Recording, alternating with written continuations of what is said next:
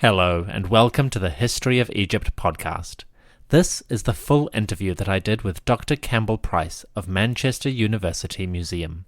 The first half of the discussion was released in episode 101b and concerned immortal figures like Amun-hotep, the son of Hapu.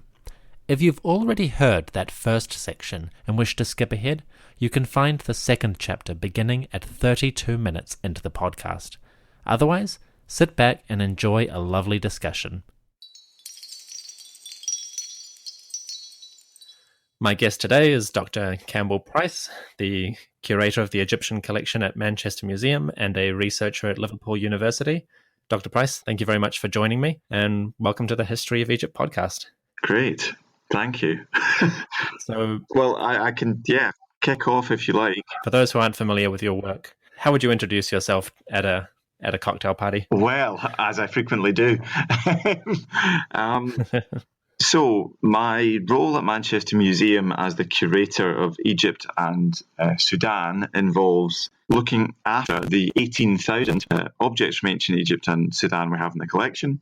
Manchester Museum is the largest university museum in Britain. We have 4.5 million specimens. So Egyptology, archaeology and anthropology are numerically quite small compared to all the insects and animals we have. But the Egyptology collection is very significant because it was acquired mainly through archaeological excavation. So between the late 1880s and the early 1900s, the collection was mainly formed. That means it's of great scientific value.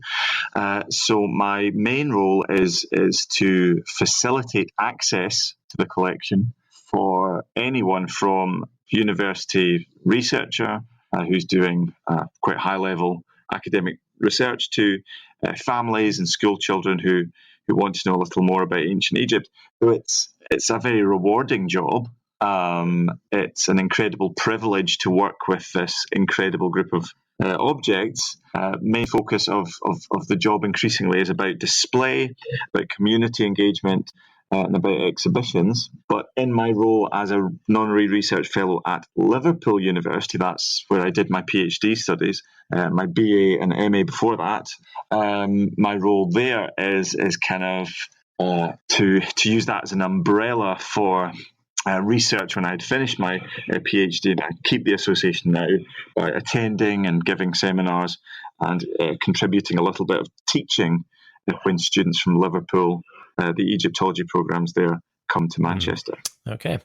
And in the academic resume that I have access to, a lot of your work has focused on things like private worship, grave goods, votive offerings, particularly in sacred spaces. Yeah. Are you able to sort of introduce to my listeners exactly what you're talking about with those sort of concepts? What are we talking about when we say something like private worship in ancient Egyptian contexts? Sure. That's a nicely phrased question, Dominic. It was something I think that developed out of a general interest, and I think a lot of Egyptologists share this. What happens for people who are not, what is life like for people who are not kings or queens? And in my work, I mean, it began at Liverpool and kind of formalized in my PhD thesis, which I'm currently revisiting in order to publish it as a book. Oh, wonderful. But when we talk about private, that implies there is some alternative public form of religion. And so I think in general, still, if you read a general Egyptology book, you read about the state religion. That's what the king does in the big temples. Mm-hmm. And then you read about private religion as being in houses or being something that, quotation marks, ordinary people do. Mm. Of course, I think the reality is more nuanced than that. Of course, there is a complete spectrum of religious expression and experience that can be the king leading the prime rituals of the state in a big temple like Karnak, or it can be an ordinary person making a household offering to a particular god to maybe intervene on behalf of a family member who's sick. Right. But in between these two poles, I think there's a real sliding scale, and it is not black or white. You're not doing just private ritual or just state ritual. The two categories borrow from each other. And honestly, I don't know what came first. In terms of statues and monuments, one key point, I always make this to students in Manchester and Liverpool, the evidence we have, and we'll come on to talk about statues and stele, these are monuments. For the most part, they're fairly well executed, and they belong to the elite. Very few people can read and write. Very few people have access to the resources to create nice monuments like stele and any kind of sizable statuary. So when we talk about private monuments, we're not talking about farmers in fields who, for the most part, could probably only afford to make a kind of spoken prayer. When we talk about private monuments, we're really talking about the wealthy, the elite monument commissioning few. To bring some more nuance, perhaps, to the question that I originally posed. Of course, it's easy to ask a question, say, what does non-royal or private worship mean in an ancient Egyptian context? But of course, we're talking about 3,000 plus years of cultural development. Mm. So at a specific focus level, currently I am looking at New Kingdom material, but obviously in future I will be reaching later periods. Sure. Now, a lot of your research has specialized particularly in the later areas, say post 1200 BC, broadly speaking. Mm-hmm. Do we see over time any degree of more common access to monument making, such as stelae? Do stelae become more numerous, or do the types of people who are making them become more lower ranked in any respect? Yeah, sure. I think what we see with time, so if you take the New Kingdom as a starting point, and there are, of course, interesting predecessors for these kind of developments before then, in the Middle Kingdom, even before that first intermediate period in Old Kingdom. But in the New Kingdom, an Egyptologist like Jan Assmann, German Egyptologist, written a lot about Egyptian religion, he would say people become more religious.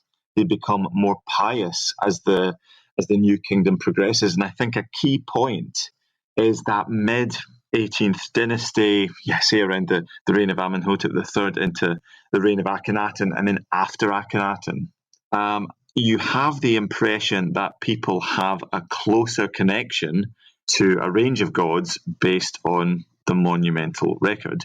Is that because of the impact of the experience of the Amarna period, where Akhenaten completely shakes things up and revolutionizes, in a way, the attitude of the king and maybe the elite to the divine?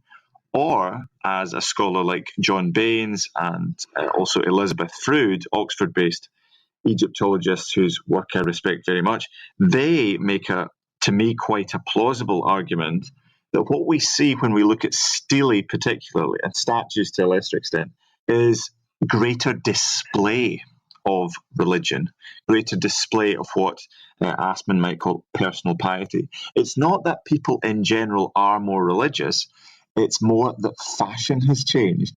So before the mid-New Kingdom, the iconography of stele does not generally favour or does not generally show private individuals directly interacting with the gods. That's what the king does. The king is the only qualified person to interact with deities, at least as far as iconography shows, up until the middle New Kingdom, and after that Amarna period especially, you get private individuals, those with access to the resources, as I say, access to texts, the right to display these things being shown in these contexts. Yes, I think that's probably a very key element that can be missed sometimes. I'm thinking particularly of an example for my listeners' benefit from the statue of a man named Amun-hotep, the son of Hapu, sure, who set up a large number of statues in a mortuary or religious context. They were found at Karnak. Mm-hmm. Whether they were originally set up there is another question. Yes, sure. On many of the statues, he specifically opens his texts with sayings such as, quote, "Given as a favor from the king to the temple of Amun for the prince Amenhotep, son of Hapu, etc., etc. Sure. So the offering formula themselves, even when supposedly in the context of a non-royal individual, are always very bound with that specific royal relationship. Absolutely. I mean, you pick a really excellent example there. First of all, as you say, Amenhotep, son of Hapu, has this extremely unusual level or status in society. He is someone at court who's very important. He gets favoured by the king, his namesake, Amenhotep III, with this range of statues. And in some of them, he says explicitly, this statue was given as the ancient word, as you may know, is hesut, gift, favour of the king. Now, we know of this phrase, and I've been particularly interested in this in my own research, especially recently. We have this phrase from as early as the late Middle Kingdom. So people are, as you say, bound in with the prestige of the king giving you a statue, and it maybe points towards the actual logistical process. How do you get a statue set up in the temple? Well, the king has to give you permission. So being allowed into that space is a restricted privilege. And back to Amenhotep, son of Hapu, he follows on from another chap earlier in the 18th dynasty, very well-known guy called Senenmut, who's a chief courtier of Queen Hatshepsut. What Amenhotep, son of Hapu, does is almost deliberately quote this phrase given as a favour, as a hesut of the king. Very few people say this statue is explicitly given as a favour, a gift of the king. Out of the thousands of inscribed private statues we know of, maybe 60 in total, I've found, have this phrase explicitly saying that the statue was given as favour of the king.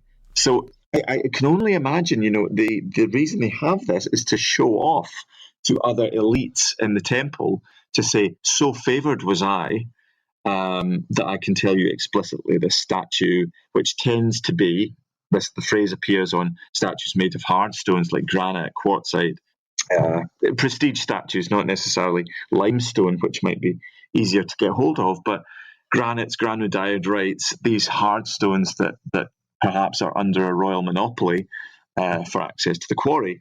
But the point about Amenhotep, son of Hapu, and something I found so interesting, I agree with you, maybe wherever he sets them up originally is not where they're eventually found by archaeologists. We have this assumption that where things are found were their original location, very unlikely to be the case. For places like Karnak, which were constantly being renovated, reused, reconfigured, and Amenhotep, son of Hapu, I'm sure was partly involved in that. He addresses in his texts, "O you people of Karnak." Now, at least some of them maybe conceptually were to be set up in Karnak, who knows? But I agree with you, there could be the possibility they are moved, especially later in time when Amenhotep, the son of Hapu, has died. Generations after his death, he is venerated as a sage, a kind of culture hero, and then eventually, by the late period, he's worshipped as a god, as a full-on god of healing, god of medicine, a very important character.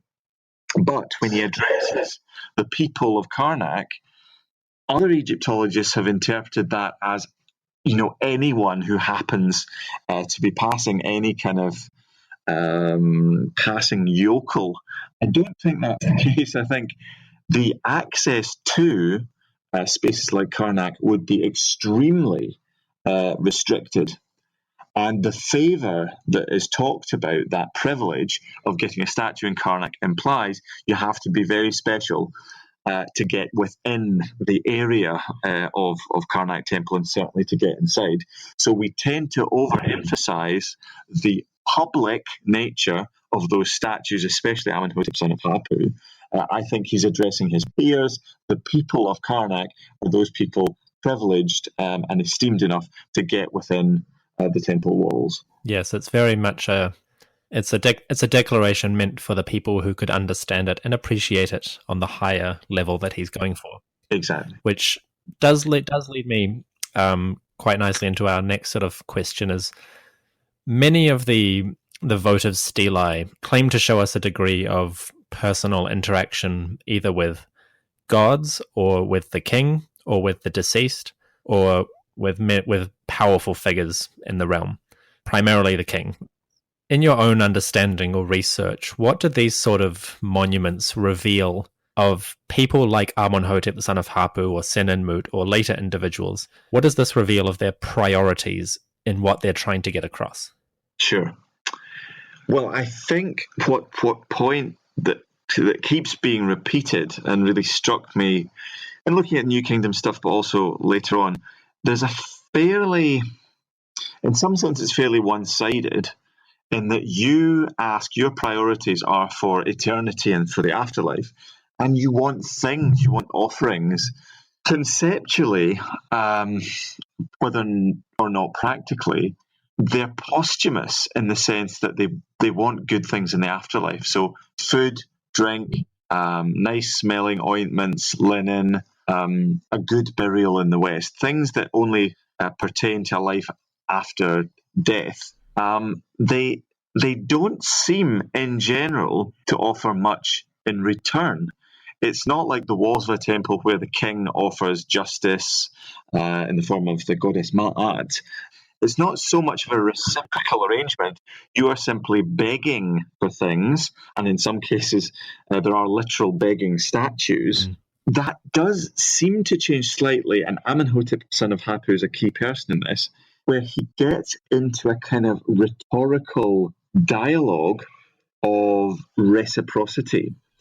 So some of Amenhotep, son of Hapu's statues address this public. As we've said, it's likely to be the people who understand the text, who have physical and intellectual access to the text in the temple. But what he's asking for, it strikes me, is he says, if you come to my statue and pray, give me offerings, I will have a word with the gods on your behalf. I will repeat, he says, I will repeat petitions or prayers to the gods. So immediately he's getting into this dialogue, this promised dialogue. If you do something for me, I'll do something for you. Now that ensuring that your statue remains effective and noticed in the temple. There are several ways of doing this, but Amenhotep, son of Hapu, is a real trendsetter in that he is asking specifically for people who pass by, who see the statue, to do something for him, because he promises to do something for them in return. And this continues, maybe in deliberate reference to people like Amenhotep, son of Hapu, in the late period, at Karnak at least, and at some other sites. I think that's a very good point. And for the benefit of my listeners, I will repeat a quote that he comes, because I have his statue inscriptions before me. Oh, great. It's a slightly long one, but he specifically says... Yeah, he's quite long-winded. I'm quite fond of him for that, yeah, but it great. Can get a bit tedious when... It's mostly the repetition that gets tedious. But he specifically says, O people of Epet Sut, which is the general Karnak Luxor region, O people of Epet Sut, those who desire to see Amun, come to me. I will report your petitions, because I am the reporter for this god. Then on another statue in the same environment, he says, Present libations to me with that which is in your hand, because I am the reporter whom the king has placed for hearing the words of supplication, and in order to present the affairs of the two banks, which, based on what we were saying earlier with the reception that the literate, educated audience has when they see this, he's essentially perpetuating his worldly authority in the afterlife as well. He's maintaining his privileged position as a courtier and as a wise counselor of the king, and he's making sure that that endures forever. So it all sounds very nice, and it sounds very generous on his behalf, but there's always that very strong element of self-service going on. Absolutely. I couldn't agree with you more. Presumably, because of his status after death, he was quite friendly with and quite close to Amenhotep III while he was alive. And some scholars have even implied that the location of those statues was intended, Amenhotep, son of Hapu's, were intended to be located close to colossal statues of the king he served, Amenhotep III. But you're absolutely right. He's using his authority in life to as a kind of a carrot, if you like, a stick and a carrot, to get people who are passing by to look on him as someone reliable, as someone who, and let's not underestimate, who you would pick out in a courtyard which was presumably fairly full of the statues of the elite. He would stand out. Why are you going to look at my statue and not someone else's? Well, if I promise this special service, you're likely to come to me and not to the other statues that don't make those promises. Also, the physical appearance of Amenhotep, son of Hapu's statues, several of them are scribal. That's one of the less usual forms of statues, I suspect, at Karnak. So it would stand out physically from the crowd. Building on what you were just saying, something occurred to me, and that's usually the sign of a good interview, is when it gives you some ideas. Good. If we imagine these statues, whether they're of Amenhotep, son of Hapu, or any elite individual who set them up in a temple or tomb courtyard, sure, a public space, the attraction that a statue like this pulls in terms of what it offers, such as being an intermediary for the gods, that would presumably have a wonderful snowball effect, in the sense that as a small group of people become aware of this statue, they begin to gravitate towards it, and they bring their offerings: bread, flowers, water, offerings, wine. Those offerings begin to pile up. Sure. And very quickly, within a few months, presuming it's not cleaned too regularly, you would have a statue that was very obviously the object of great veneration compared to those around it. Yes. And the immediate example that comes to my mind, or that might not be obvious, is the grave of Jim Morrison in Paris, the singer from The Doors. His grave in Paris is abundantly clear because it's always covered in candles and flowers and graffiti from fans of his music. Yes, excellent. A figure like Amenhotep, the son of Hapu, while less wild, we suspect, who knows, his monuments might have filled a similar role in a sacred space. I absolutely agree with you, Dominic. I've written a little bit about this myself, and it's the appreciation, as you say, of a sacred space, of the realities of sacred space and human behavior. And I absolutely agree there would be some kind of snowball effect, and there would be a desire, and we can evidence this desire because of something called archaism and the deliberate copying of styles from the past, forms of sculpture which are repeated much later, that reference what I've called in print successful statues. But the key point about attraction, I think Amenhotep, son of Hapu, absolutely was doing it in a self-conscious, self-serving way. By having more than one statue, you optimize the chances that people will give offerings to this. It happens into the late period. Senenmut, has 25, 26 statues that we know of, probably originally many more. You set these statues up not just in courtyards, but at key points in chapels. Even there's discussion of statues being set up in elite granaries, although the context is not absolutely clear, to optimize your chances of interaction. And that is what it's all about. And again, I think Amenhotep, son of Hapu, is a trendsetter. When we talk about votive statues, yes, they're votive in the sense they're somehow gifts to gods, and they show your piety and your respect in sacred space, but they're also billboards. They're also, as one student said to me, clickbait. Spend a moment, give an offering maybe, ideally, but at least say aloud the name of that individual. And I think the success of those statues, and that's absolutely the right word, is assured by the fame of the individual, by the form of the statue, and we can measure that fame by the fact that people like Amenhotep, son of Hapu, has statues which seem to be copied in later forms of sculpture, in Karnak at least. Absolutely. So I like the idea of clickbait. It's quite funny. It's almost like a person on the street saying, "Have you considered worshipping Amenhotep, son of Hapu today?" Yes. We have a special 2-for-1 offerings. I know. It's incredible, yeah. Okay, so an individual like this man, or let's move to a later period, slightly perhaps post Amana, post Ramesset. Yeah. we are moving into a different theological and political context. Sure. And broadly speaking, after the breakdown of, I guess you could call the centralized monarchy of the High Ramessids, Sure, yeah. and with the 20th and 21st dynasty sort of diminishing, broadly speaking. Yeah. I don't like that word too much, but yeah, let's use it for now. Yeah.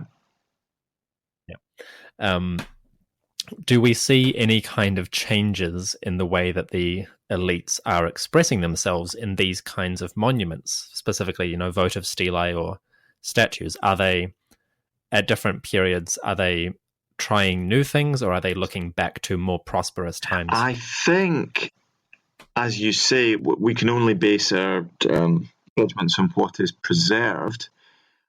First and foremost, towards the end of the 20th dynasty into the 21st, there is a marked downturn in the preserved instance of sculpture. So to take Karnak as an example, and in particular the Karnak cachette, this incredible find of over 1,000 stone statues under the court of the eighth pylon at Karnak, that very central space excavated by the French Egyptologist Georges Legrand in the between 1903 and 1906. If you use that as an index of what kind of sculpture was produced, which has some drawbacks, but you can see, there's Middle Kingdom stuff, there's New Kingdom stuff, there's late period stuff, but there's a marked absence of anything really from Dynasty 21, royal or private. And I think that has a lot to do with the economic situation, although not entirely economic situation, but also the focus of interest at the time seems to, for the elite, go onto the coffin and the mummy itself. So the treatment of the body, the treatment of the coffin with these very dense scenes, theological scenes, excerpts from the Book of the Dead. What might once have decorated a tomb chapel, or for that matter, monuments like stelae, gets shrunk down and compressed onto the coffin. So as a result, you don't really get much in the way of private monuments for the elite in temples, as far as we can tell. It really focuses on the grave. With Dynasty 22, there seems to be a change, and then new stone sculpture reappears, and that seems to look back to the 18th dynasty. And in that sense, they seem to skip over the Ramesside period. In some sense, the glorious past for someone living, even in Dynasty 21, we know there's deliberate reference into the 18th dynasty from Dynasty 21, but certainly in Dynasty 22, the faces on some of the sculptures are, for all the world, like Thutmoside, kind of Hatshepsut, Thutmosis III faces. So I think there's archaism, and I guess there's always archaism. There's always looking to the past. That's why Egyptian art is so conservative, small c, throughout pharaonic times. But you do get it going into the third intermediate period with the deliberate selection of images, which presumably statues would still have been visible. Statues like Amenhotep, son of Hapuz, or other important people from the past would act as models. Whether there's a change in people's expectations of the afterlife at this point is difficult to say. As you've suggested, all we have are the elite expressions.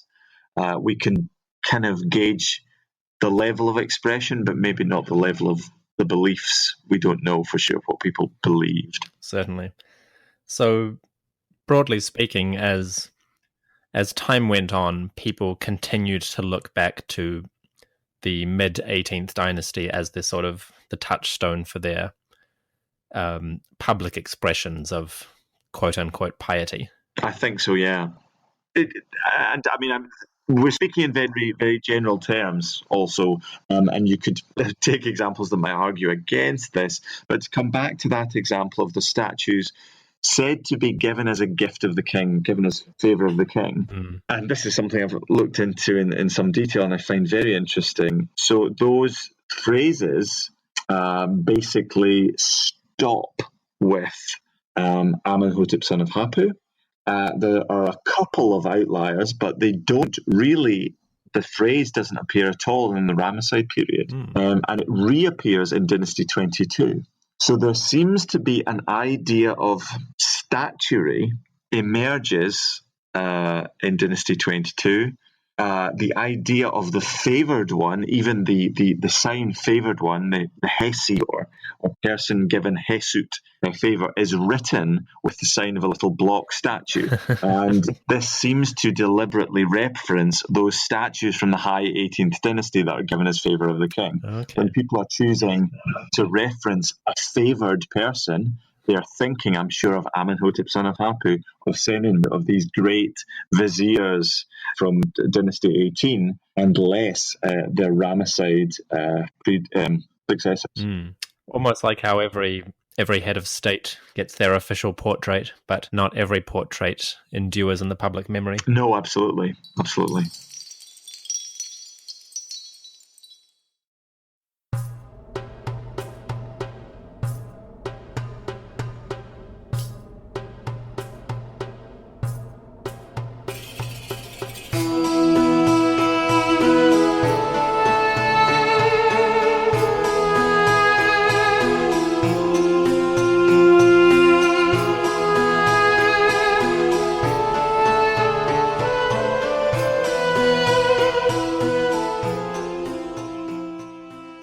Moving on from this, Campbell has a new book recently out called The Pocket Museum, Ancient Egypt.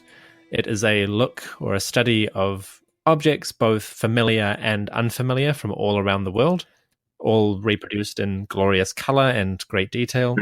And it's an excellent introduction to ancient Egyptian material culture in a selection that the average member of the public probably hasn't seen before, because they're either squirreled away in 20 different museums and university collections, or simply because they're just not as famous as some more grandiose objects.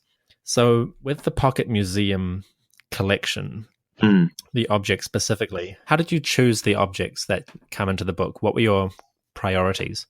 When the publisher approached me with this idea, I jumped at the chance because I've always wanted to do something like this, and it was a chance to use my knowledge, I guess, of these lesser-known collections or lesser-known objects to illustrate ancient Egyptian culture. Although it's true that this was a pre-existing series, so there are other books about ancient Rome and ancient Greece, and so I had to fit pre-established categories. So that was a little bit of a challenge. The categories were somewhat overlapping, as you'll appreciate if you know anything about ancient Egyptian culture. So there was the king and the state, religion and ritual, households and domestic things, and death and the afterlife. So a piece of jewellery from the tomb of Tutankhamun showing him interacting with the goddess fits all four of those categories. So it was kind of a difficult choice sometimes about how to group things. Just purely practically, some of the original suggestions I made to the publisher, it wasn't possible to get good photographs of the objects, so I had to renege on them and drop them from my list. But it was a really nice opportunity to present things, especially that are less well known to the public, in a fairly, if I say so myself, a fairly accessible format. It's chronological, 200 pieces from the pre-dynastic to the Roman period. Wonderful. And do you remember how many objects there are? Did you just say that? So there are just shy of 200, but for me, especially working at Manchester Museum, it was a good chance to showcase some of our pieces. Of course, there are some pieces that you have to include, like, the Rosetta Stone or the mummy mask of Tutankhamun or the head of Nefertiti. I think people expect those, and I was under some obligation to include those. but there are plenty of other things that people don't know. So, for example, one of my favourites that I don't think the general public would know is an ostracon, a flake of limestone, which sits in the hand quite nicely. An ostracon in ancient Egypt, quite common, the site of Deir el-Medina, a very literate community, unusually literate community of tomb builders who worked on the royal tombs in the Valley of the Kings in the New Kingdom. They seem to have used what are essentially ancient Egyptian post-it notes.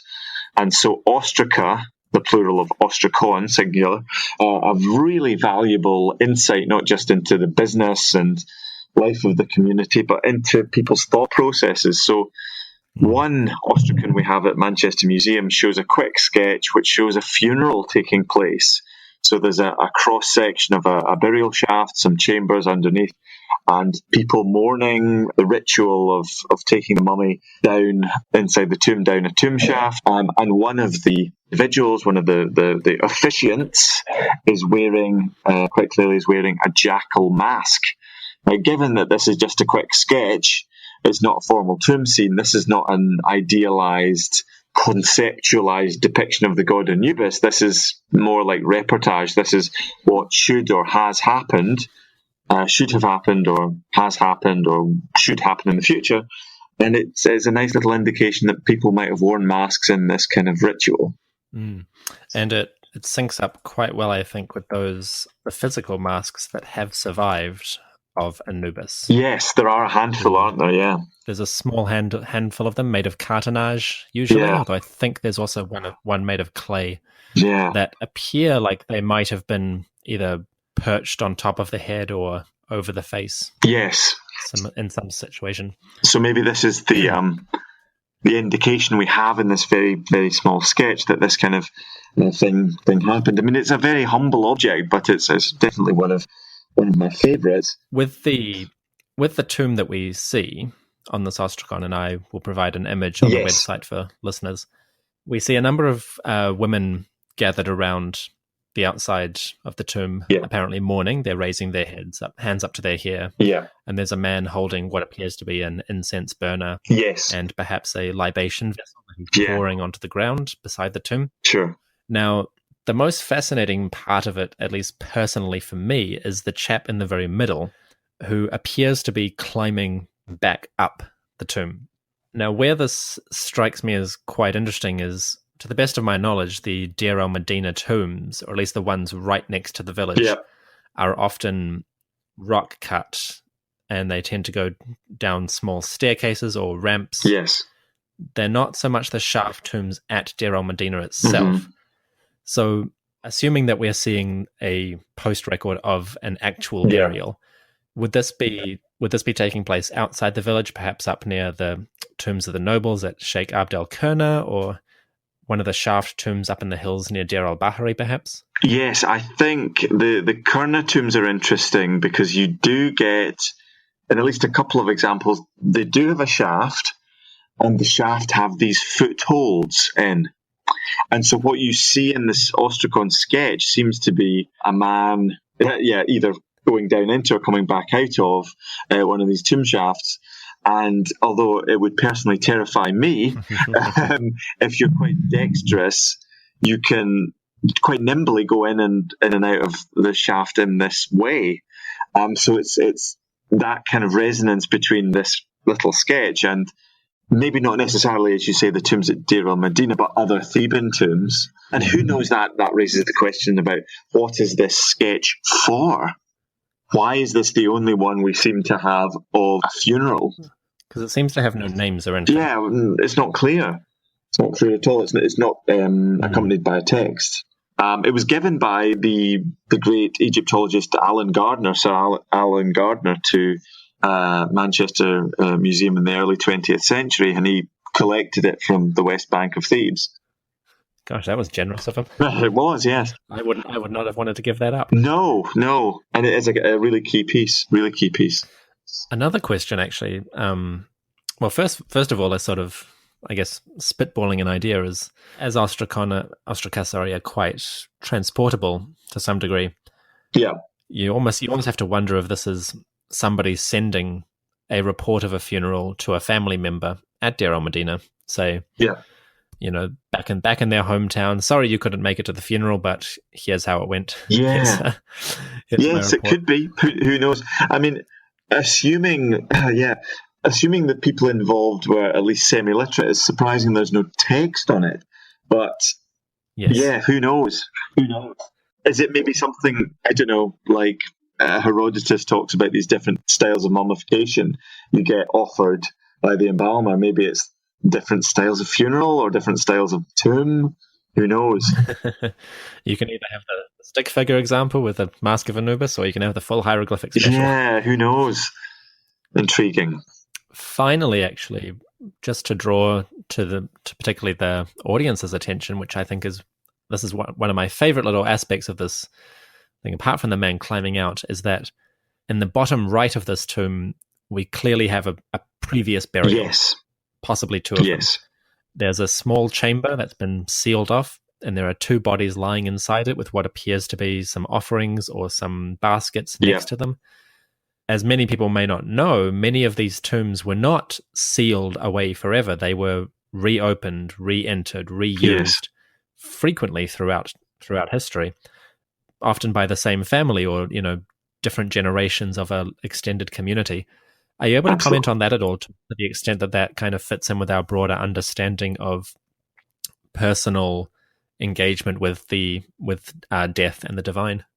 Yes, I think that's a very nice praise you gave of the issue. It's a kind of indication of the social reality of living somewhere like Deir el-Medina, where it's not simply that after a funeral you forget about that single individual. There are essentially family vaults that would necessitate reopening at fairly regular intervals the tomb in order to access the burial chamber.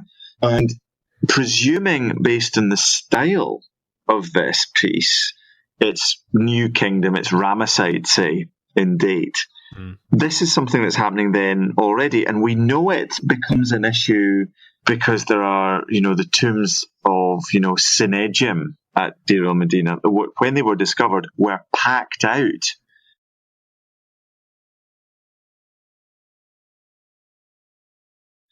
With burials, every available space, because space was at a premium, was used, and that kind of indicated by the sketch. What really happens, and this leads on to my another favourite object in the Pocket Museum book that I included, it becomes what scholars like Kathleen Cooney have characterised as a real crisis, where there is some kind of economic downturn and access to wood becomes compromised, decent quality wood. And so what you have to turn to doing is turfing out grandpa, metaphorically speaking, figuratively speaking, and reusing coffins wholesale. And we've got texts that talk about, fairly benign texts that talk about inventories of tombs at Deir el-Medina, basically just checking what is in position in some tombs. Others that talk about the cost of a coffin and it being quite expensive, and you might have to supplement the cost with a bit of, footboard from a bed or, some other piece of furniture. So there's a cost attached. But by the 21st dynasty, the widespread reuse of coffins is a real feature of the funerary industry for the elite. Again, let's not imagine this is every farmer in the field. It's not. They're probably quite happy with a simple shallow burial on the edge of the desert with a few pots and a few beads. But for the elite, the consumers, it's a consumer economy.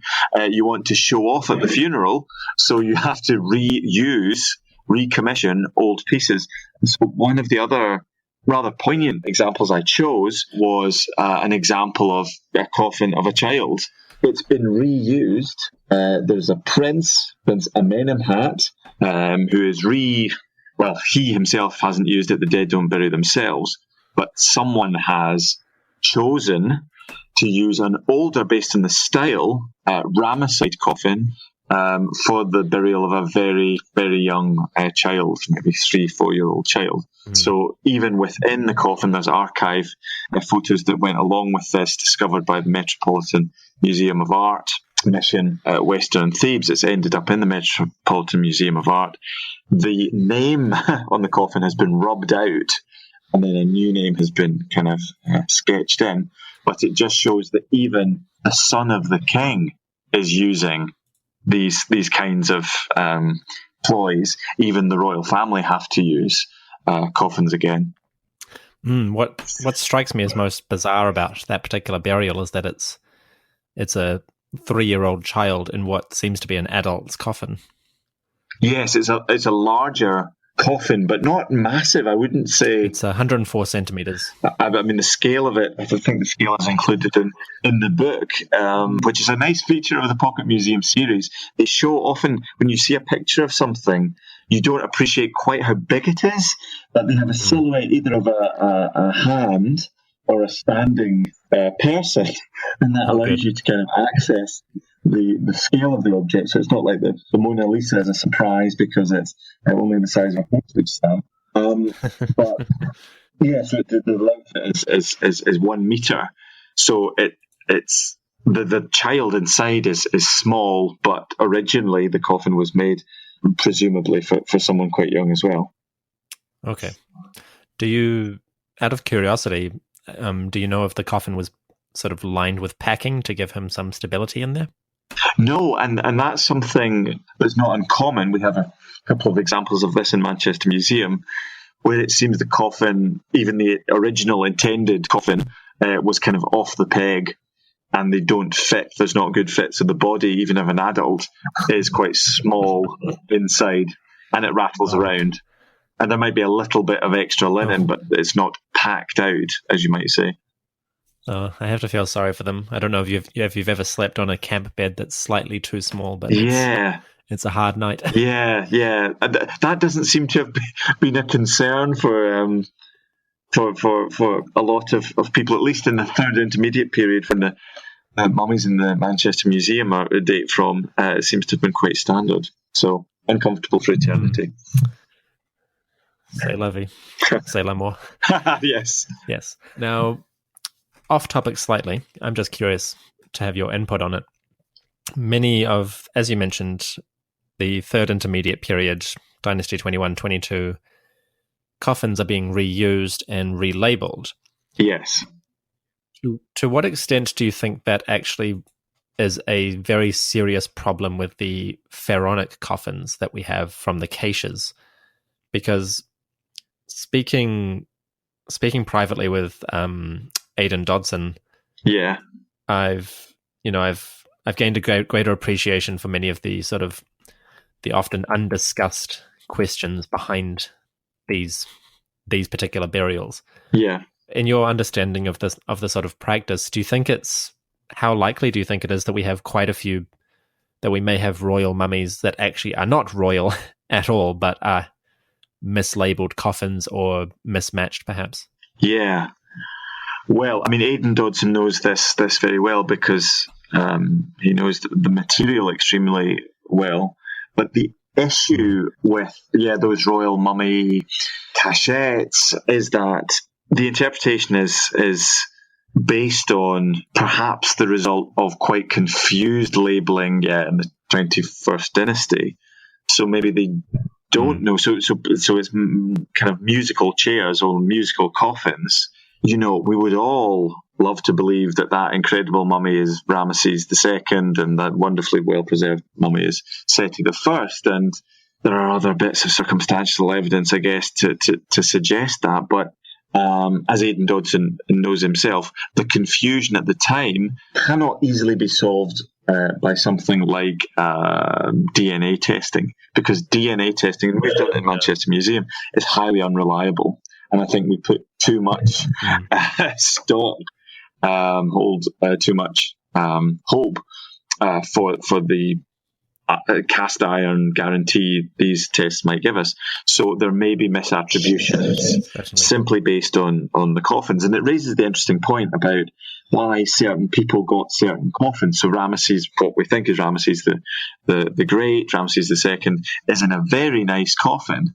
Was it his originally? Was it Horemheb's? There's maybe some good arguments that it belonged originally to Horemheb. And maybe less important kings are given less nice coffins. Who knows? Who knows? And is there some element of magic, or to call it somewhat dismissively magic, where the coffin of some great king of the past is imbued with, some added value? And it's not simply that you're making do and mend because these are the only coffins you have, but because there is some magical value. We know the kings in Tanis are using sarcophagi, sarcophagi from the Valley of the Kings, from Merenptah. That is a lot of effort to go to take a granite sarcophagus from Thebes up to Tanis. Is it simply reuse, or is it wanting to be associated with great kings from the past, or some magical value, added value to the materiality of the sarcophagus or the coffin? Who knows? It is a very complicated picture. Yes, it's a very confused scenario as far as I can tell. Even the most, I think, optimistic reading of the reburial process, you would have a very hard time saying that they knew exactly who they were burying and they were confident of that. Yes, exactly. Especially, I would think, with the rash of tomb robberies that were being just a few decades before, the amount of confusion in some of those tombs. Like, you look at Horemheb's tomb, even now it's a mess. Yes. It's an absolute mess. Yes. And I can only imagine it was much worse back then. It boggles the mind how we can be confident of many. Yeah, the question maybe you're alluding to, of the existence maybe of another cache that simply was so badly damaged that we're missing things exactly like Horemheb, simply because the mummies were bashed up in an attempt to get hold of goodies that may not even have been there. So, yeah, quite tragic case. Maybe it's a dangerous fantasy. I've always hoped that Horemheb would come to light. Yeah, at some point. Yeah, if you're fond of it. But c'est la vie. Now we'll get back on track and move on to the next section. Okay, so we've covered the coffin and the ostracon. Yep. So let's talk about the Ricke pectoral. Pectoral. Yes. So the Ricke pectoral, so called because it's from the site of Ricke, which is just south of the Fayoum area, is an absolutely stunning piece of cloisonné jewellery, so semi-precious stones set in gold, kind of gold mounted, absolutely beautiful suite of jewellery. It's not just the pectoral, but other smaller pieces of gold jewellery that were examined recently by a team under a scanning electron microscope. So we got some great photographs of the detail, an incredible, exquisite detail of the work. The technique is incredible. The pectoral, the Ricke pectoral itself, is interesting because of its find context. It was discovered in situ, lying on a mummified body by a guy called Reginald Engelbach, early 20th century. And he describes clearing out a burial chamber at the bottom of a shaft. The ceiling had caved in, but he moved the blocks and discovered another body with the mummy, with an outstretched arm clutching the jewellery. And so here was an incredible case of a tomb robber, presumably killed in the act of robbing this jewellery, and then the ceiling caved in. So a better example of the mummy's curse in action I cannot think of. That is wonderful. It's very dramatic. And a predecessor at Manchester Museum described in the 1980s the museum was burgled, and someone smashed a display case in order to steal the Ricke pectoral and managed to sever an artery on the broken glass. So the curse of the pectoral strikes again. They didn't manage to to make away with it. It's just an extremely fine piece of jewellery, presumably belonging to a woman, although the original excavation report speculated it was the burial of a man. Based on the style of the jewellery, chances are it was probably a woman, based on other finds, things like oyster shell jewellery, which has been found in other late Middle Kingdom contexts, always belonging to a woman. And the fact that the pectoral has similar parallels, slightly more elaborate parallels in jewellery of princesses. What it depicts is not absolutely clear. There's a series of symbols. There are two birds. No one's quite sure what the birds are. You would expect, because they're perched on hieroglyphs for gold, that they would be falcons. But, you don't need to be an ornithologist to see that they don't look like falcons. No, they look more like kites or... Yeah. I thought maybe kites, and maybe in reference to Isis and Nephthys, because we know that kites are shown on symbols for gold, the head and foot and esophagus, to represent the sisters of Osiris. Some people have speculated they might be crows, and the reference maybe to Near Eastern iconography. We know the technique of gold working could have had influences from the Near East. But it's just a very fine piece of jewellery, the height of Middle Kingdom jewellers' art. I don't think, honestly speaking, that later New Kingdom jewellery ever quite reached that level of execution, detailed execution. So Tutankhamun stuff is lovely, but it's not as good. I think I have 3 princesses from Thutmose III who might give it a run for their money. Sure. But other than that, no, I can't think of any examples. Sure. I mean, it's hard to describe in words how lovely it is. It's it's multi-hued, multiple colors, great lovely pair of wide jet eyes at the top with a sun disk in between them, a lotus blossom at the bottom supporting a palm frond, perhaps, of some sort. Are you able to... Yeah, we're not clear what that is. Okay. Some kind of central scepter it's meant to represent. Who knows? I'm looking at the reverse now. It possibly could be the Eshed tree or something like that. Maybe, yeah. Or Persea tree. Multiple colors: blues, greens, bright oranges, and lovely detailing. It all just comes together very, very nicely. Whoever commissioned this had a really lovely idea of what they wanted. Yes, absolutely. It really implies that it's a royal gift again. And we have the name of King Senwosret II and King Senwosret III feature on other pieces of jewellery from the collection. So it's mid to late 12th dynasty. A very nice high point of the jeweller's art. Now, so this would be worn around the neck, presumably? Yes, I mean, that was presumably how it was found based on the excavation report. And we know of other examples of pectorals of that type found in situ and depicted in 2 and 3 dimensions. I've worn it myself when I just wanted to try it. And it sits quite nicely. I love to tell the tale. It's a well-known piece. In Manchester Museum, we have a postcard of it, and the postcard sells very well. Very attractive piece of jewellery. We even sold replicas of it in the museum shop.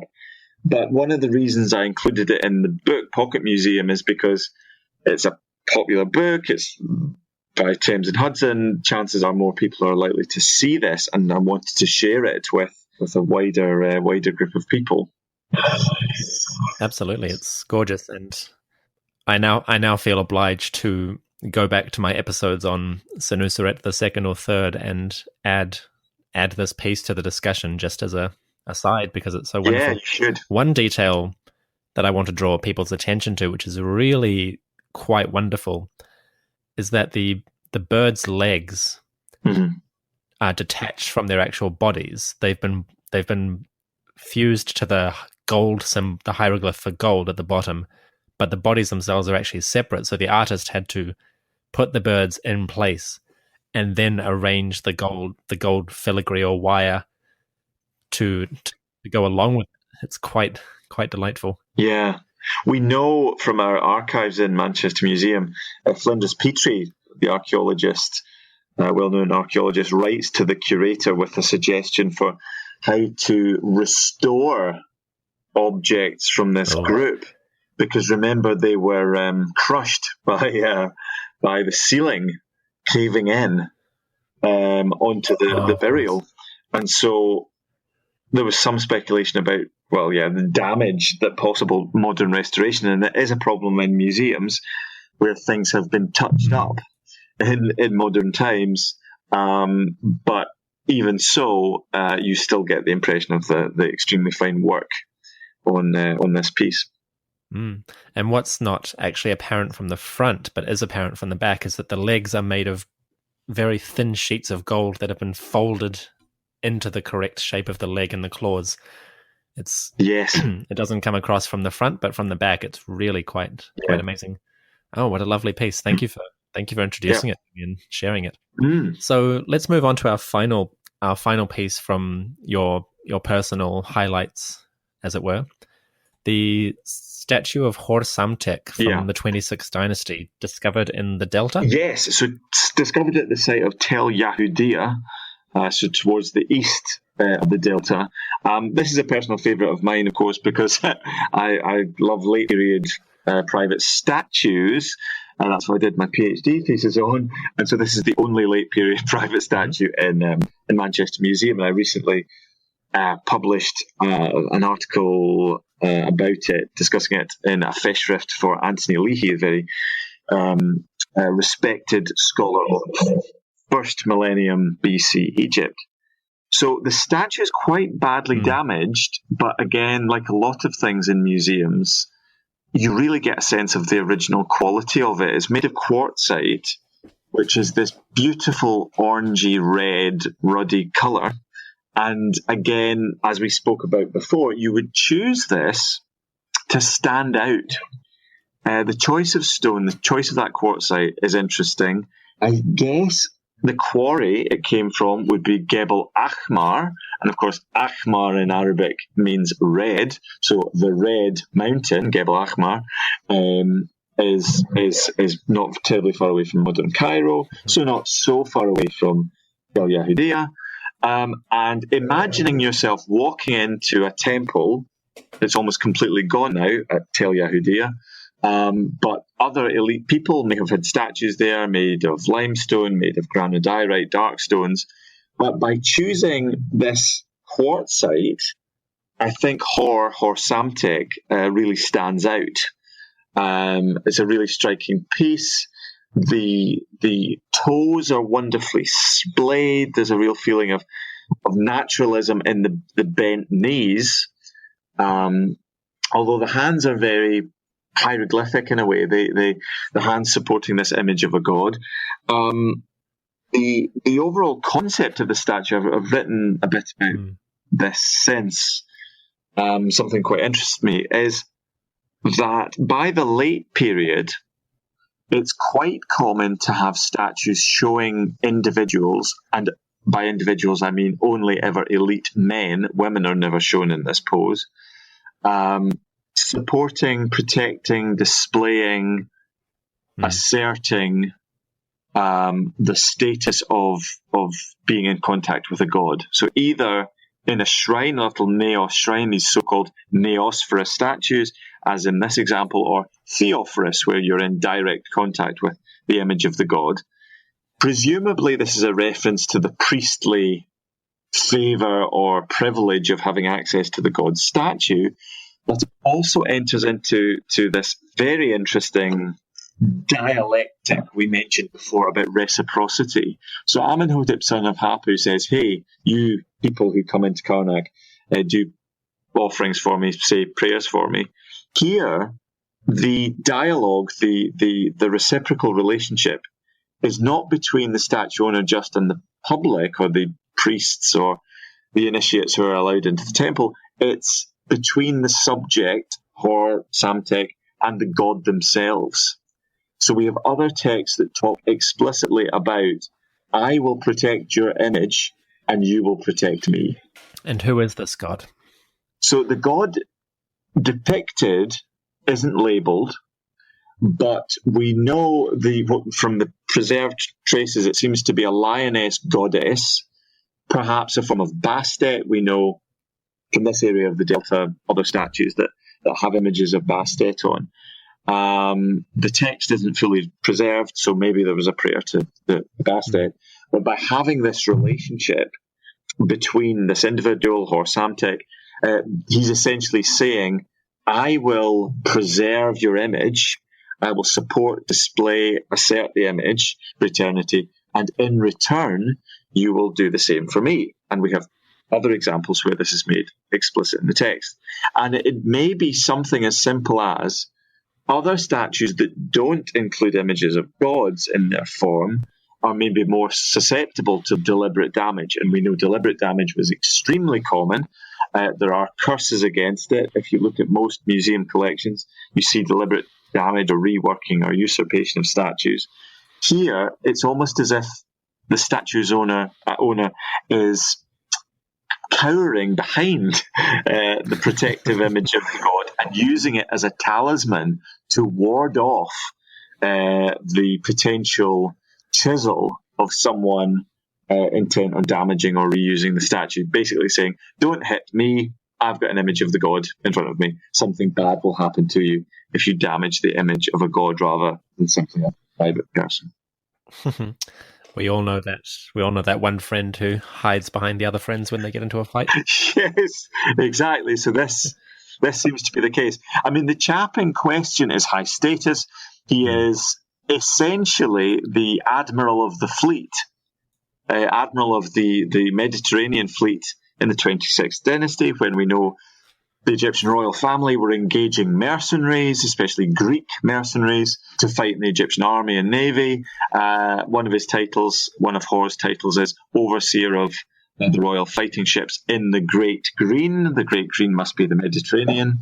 But he also talks about being in charge of a group called the Hasut, the kind of the foreign lands, and some people speculated that he may have been the governor of Cyprus, but I suspect actually that the term now has been translated in different contexts as mercenaries.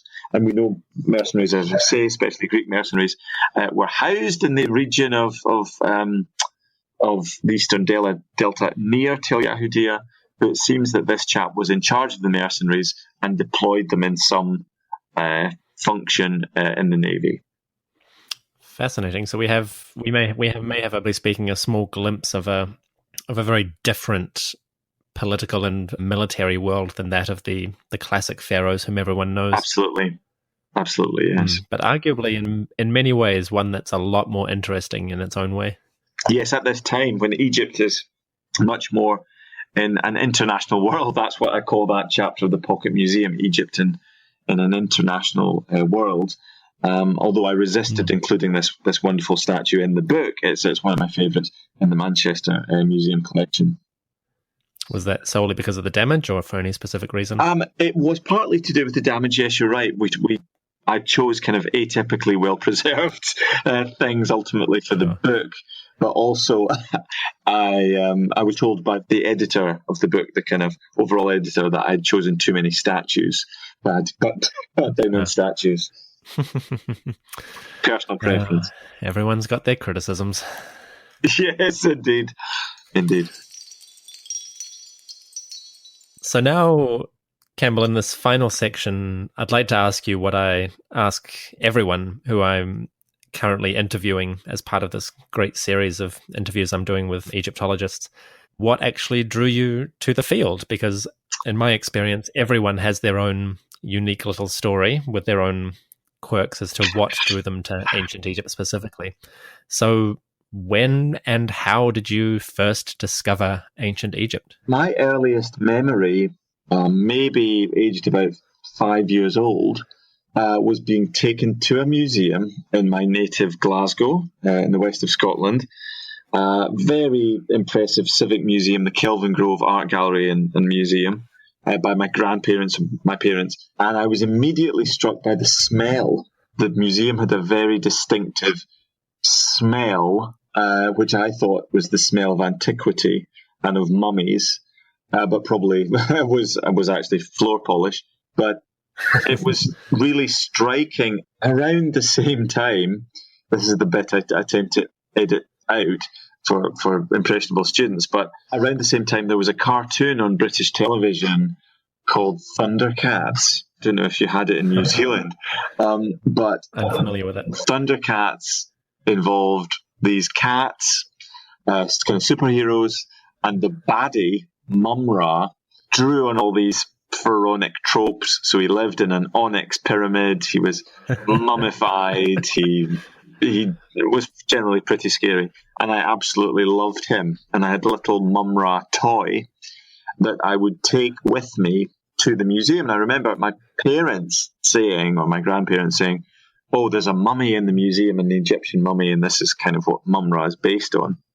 And I remember being disappointed that the mummy on display was not like Mumra. It wasn't bandaged in kind of pristine white bandages. It was kind of looked quite dirty and disheveled, but was still fascinating. And that kicked off a very deep-seated interest in ancient Egypt. I began reading a lot of books, kind of children's books about Egyptology. I remember an aunt, my great aunt, gave me, when I was a little bit older, so maybe 8 or 9, Howard Carter's book, The Tomb of Tutankhamun, which was quite advanced for even a 9-year-old to read, but I pored over every page and I was absolutely hooked. I think that really confirmed my interest in Egyptology. It wasn't until then I got to secondary school that I did anything about this, because neither of my parents had been to university, but we in school did a work experience placement, and while other people, went to fire stations and bakeries and other interesting places, I wanted to go to a museum. And I went back to the museum, or the same museum association that first drew me to the mummy in the case. And that was where the curator says you have to go to university, you have to get a degree, and Liverpool University is the best place. And so growing up in Scotland, certainly around the time when tuition fees were going to be free in Scotland and not in England, it was a big choice to go to England. But I went to Liverpool, and that was where I was based. That was how I trained to be an Egyptologist. That's quite an excellent way to discover ancient Egypt. Yeah. I'm vaguely familiar with Thundercats from growing up, but I had no idea that their villain was specifically ancient Egyptian inspired. A mummy. Yeah. What really convinced you that Egyptology and academic Egyptology specifically, rather than non-professional, what convinced you that that was the lifestyle you wanted to get into? Because it's often said by any mentor worth their salt that you should only pursue a field like this if you positively can't see yourself doing anything else. Yes. So what convinced you that this was the life you wanted to pursue? I think, if I'm being completely honest, from that first encounter with the mummy in the museum in Glasgow in Kelvin Grove, from being very young, before I even had a concept of what a university or kind of a job really would involve, I was going towards an academic job in Egyptology. I remember quite clearly having the idea of wanting to be a teacher.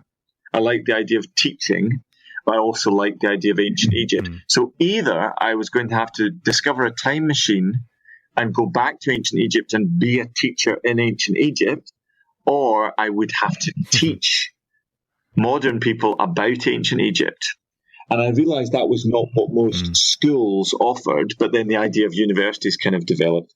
And I remember writing to Egyptologists. I remember writing to Aidan Dodson, and he gave me the very sound advice that, if you choose anything in school, of course you don't study Egyptology really in school, but if you try and take a modern language, ideally French and German, to help read scholarship in those languages, maybe take history, but do it only if you can't do anything else and you're really committed to it.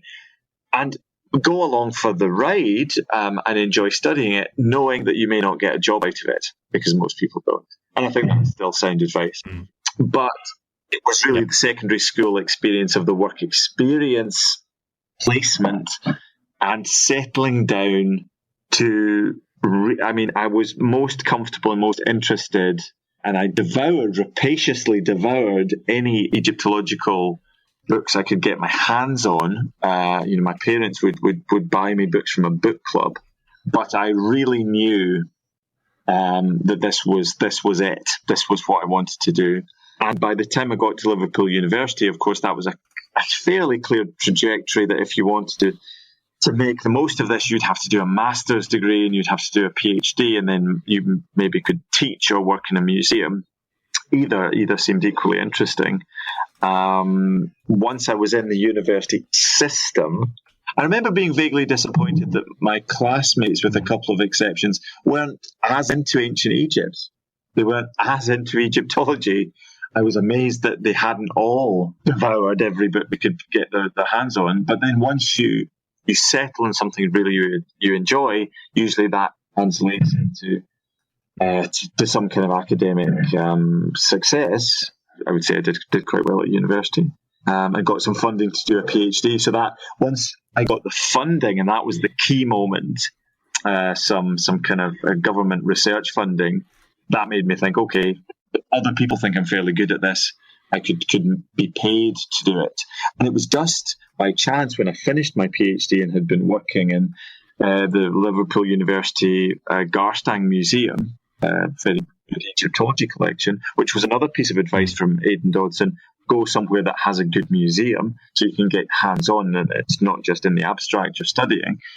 Obviously, if you can get some experience in Egypt, that's good. But having had the experience in Liverpool, and especially, I often get asked, how do you get a job in Egyptology? Well, it wasn't being a great Egyptologist that got me a job in Manchester Museum. It was about having done outreach and having done sessions with disadvantaged primary school children, where they would come into a university setting, they'd learn about something, be it French or Spanish or medicine or biology or Egyptology.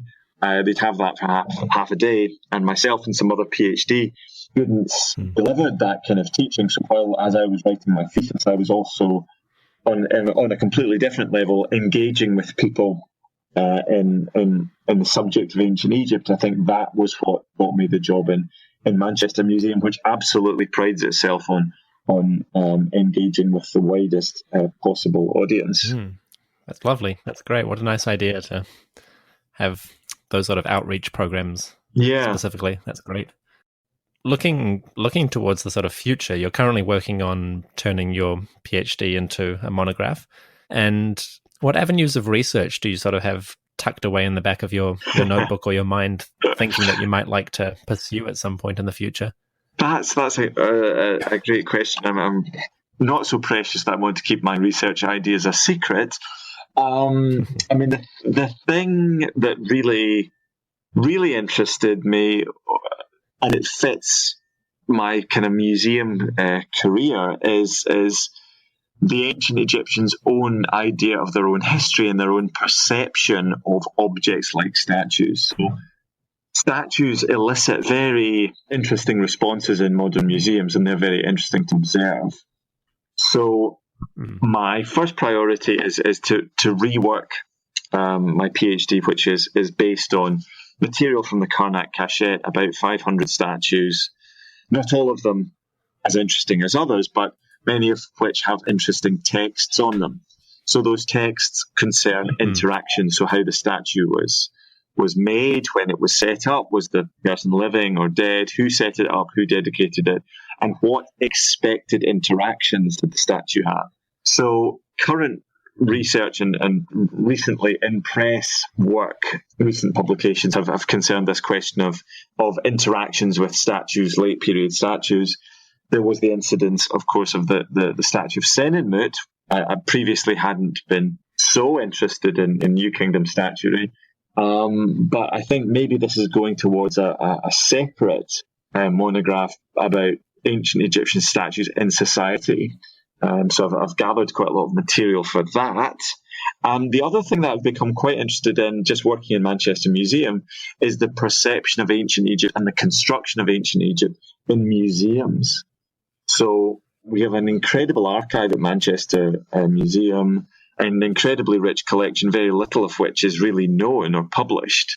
So I think I would in future like to do more with the Manchester collection and about how it's been interpreted in the past. And a number of colleagues, some of whom actually who have worked at Manchester Museum itself, have written very wonderfully about this. In particular, Christina Riggs and Karen Excel, predecessors as curators at the museum. I'd like to contribute to that discussion. And then I would like to return perhaps in future to my fieldwork in Egypt. I was based at the site of Saqqara with a wonderful Scottish mission, the only Scottish mission working in Egypt under the aegis of the Glasgow Museums latterly, but previously the National Museum Scotland. And that was directed between 1990 and 2010 by the late, great Ian Matheson, retired civil engineer who turned his hand to Egyptian archaeology and who was really the number one inspiration to me. I only worked with Ian for the last 5 years of the project, but in that time, he really inspired me about Scottish people in Egypt, Scottish people making a contribution to Egyptology and thinking outside the box, especially with regard to sacred landscapes like the very rich one at Saqqara. So we produced a lot of very interesting data. A lot of it is still being considered. So ultimately, I would like to spend, I think, more time again in Egypt. I used to spend more time as a student, but then ironically, when I got a job in Egyptology, itself, a paid job, that meant that I was spending less time in Egypt. It's a curse, isn't it? Yeah, it's strange. People expect that I'm spending half the year out there, but of course, when you have a full-time job somewhere else, you have to do the full-time job. And at the moment, that's not a priority. It may become a priority for Manchester Museum to engage more with Egypt. I hope it does. But it hasn't in the past. That's what your annual leave is for. It's for you to do your actual work. Yes, exactly. Yes. But one thing, a future thing, just to finish that result, the result of some of the things I do now. The thing I'm working towards now is a big exhibition, notionally entitled Egypt's Golden Mummies, which will tour internationally, maybe to the Far East, maybe to Australia and New Zealand. And so that's a great opportunity to curate a big exhibition. We've curated a couple of exhibitions on animal mummies at Manchester Museum before with some great colleagues, researchers in the University of Manchester. But this will be the first chance I get to entirely curate something on my own. So that's something I'm looking forward to, really delving into this incredibly rich part of the collection about Greco-Roman Egypt. Wonderful. Can you give us any sort of brief idea of what this is going to include or might include? At the moment, of course, there's lots of ifs and buts, but it looks like it would include over 100 objects and 8 of our mummies, all from the Greco-Roman period. The so-called golden mummies, our collection is very strong because Flinders Petrie excavated particularly at the site of Hawara in the Fayum, and the best collection pretty much, not just of gilded, masked mummies, but also painted portraits. We have 8 or 9 painted Fayum portraits, these incredible, striking panel portraits that were used to cover the faces of mummies. One of the best collections in Europe is in Manchester Museum. And so in the future, in the next couple of years, we're closing for an extension, partially closing. So we would like to take the kind of high points of the Egyptology collection out of the museum for the public to see. When are you planning to close? We're closing on the 1st of October. That's the current plan. The 1st of October 2018 will close. And we will be closed. The Egypt galleries will be closed for 2.5 years. So if any of your listeners are planning to visit Manchester, try and get there before the 1st of October. Otherwise, I do a lot on social media. Maybe we'll work on a catalogue, who knows. But you won't be able to see the permanent Egypt galleries before 2021, with the plan that we'll have a major exhibition in 2022, no surprise, That's the centenary, of course, of Tutankhamun's tomb being discovered, where I guess a lot of people, especially in the UK, will be doing things about Egypt. That's a shame, because I'm hoping to return to the UK next January. I'm running a tour to Egypt in January, and then hoping to come over for a few weeks to visit family in the UK. And of course, I would have thought of coming up to the museum, but if you're going to be closed, then oh well. Well, yeah, that's a shame. There's plenty more to see around, and if you drop by, we could look at things in storage, I'm sure. Oh, that would be lovely. I also do have friends and family in Liverpool, actually, so I will almost certainly come up to that region. Great. Oh, great. I will be in touch with you for certain. Please do, Dominic, yeah. So let's wrap this up with one last question, which I had under the Manchester Museum topic, but you mentioned earlier that among the quite fortuitous discoveries in the sort of storage vaults of Manchester Museum was a new or a previously unrecognized statue of Senenmut. Yeah.